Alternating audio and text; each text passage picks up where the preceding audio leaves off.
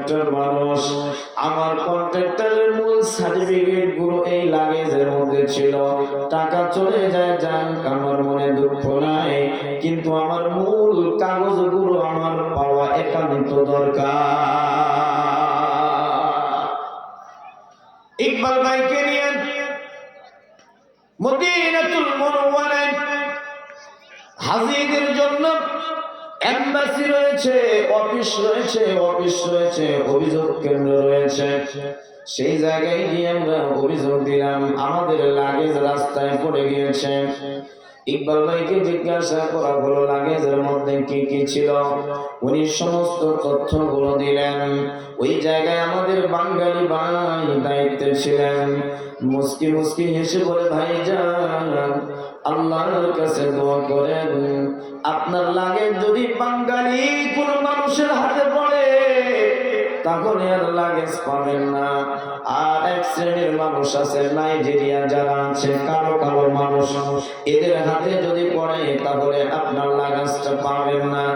Original সৌদিয়ান যারা আছে তাদের হাতে যদি লাগেজটা পড়ে আশা করা যায় আপনার লাগেজটা পাওয়া যাবে। জোরে বলেন না সুবহানাল্লাহ। ভাইরা আমার, পরের দিন দেখা গেল মোবাইল নাম্বার দিয়ে আসা হয়েছিল, পরের দিন দেখা গেল সকাল 8টা না বাজতে এমবাসি থেকে ফোন চলে আসছে, আপনি কি ইকবাল বলছেন? বলে হ্যাঁ, আপনার লাগেজটা পাওয়া গিয়েছে, আপনি অফিসে যোগাযোগ করেন। অফিসে আমরা গেলাম, তড়িৎ গতিতে অফিসে গিয়ে পৌঁছলাম। অফিসে গিয়ে দেখলাম ইকবাল ভাইয়ের লাগেজ।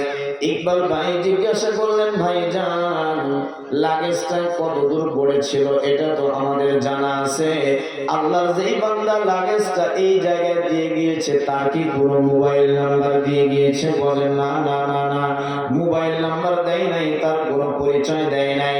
অর্থাৎ 300 কিলোমিটার এই লাগেজটা নিয়ে আল্লাহর গোলাম তো অবশ্যই রাস্তায় বের হয়েছিল তার নিজের কাজের জন্য। আমানত কত বড় জিনিস বাবা, কত বড় জিনিস, আমানতের গুরুত্ব কত বেশি, কত বেশি। আল্লাহর গোলাম নিজের কাজগুলো ফেলে রেখে ওনার মনের মধ্যে আসলো এটা তো কোনো হাজির লাগেজ হবে। রাস্তার এক পাশ দিয়ে শুধু যাওয়ার রাস্তা, অপর পাশ দিয়ে শুধু আসার রাস্তা।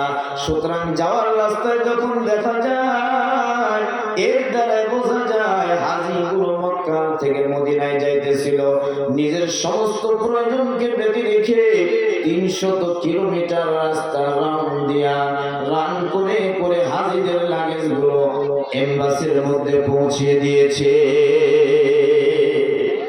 এর নাম হলো আমানত বাবা, এর নাম হলো আমানত। আমরা বলে কি করতাম, এই তো মাঝখানে 1 মাইল দূরত্ব রাস্তা যদি হয়, এটা নিয়ে আমরা আর পিছনের দিকে আসি না, বরং সামনের দিকে নিয়ে বাড়ি পর্যন্ত চলে যাই। এইরকম নেচার যদি হয়, যেভাবে আপনি ফাঁকি দেন না কেন, আল্লাহ রাব্বুল আলামিন বলেন, ইন্নাল্লাহা কানা সামিআন বাসীরা। ও গোলাম, তুমি যা বলো আমি আল্লাহ রাব্বুল আলামিন তা শ্রবণ করি, তুমি যা করো আমি আল্লাহ রাব্বুল আলামিন সেটাকে দেখি।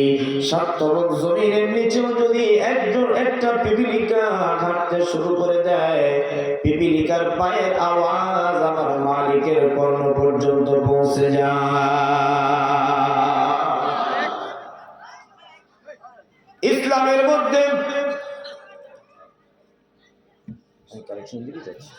ইসলামের মধ্যে একটা যুদ্ধ হয়েছিল বাবা, এই যুদ্ধের নাম হলো হুনাইন। ইহুদিদের কাজ ছিল মুসলমানদের বিরুদ্ধে ষড়যন্ত্র করা, কিভাবে মুসলমানদেরকে ধ্বংস করা যায়, ইসলাম কিভাবে দুনিয়া থেকে বিদায় করে দেওয়া যায়, এমন ষড়যন্ত্রে সর্বদাই ইহুদি নাসারা খ্রিস্টান যারা রয়েছে তারা সর্বদাই এই পরিকল্পনাগুলো করত।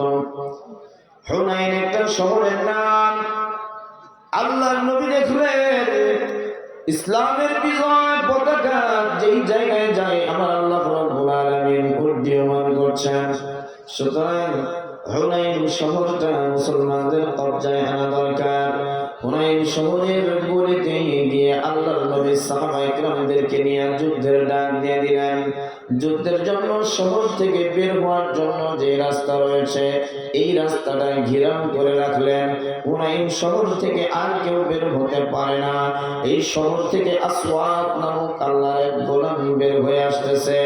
এই গোলাম হলো একজন রাখাল, ছাগলের রাখাল।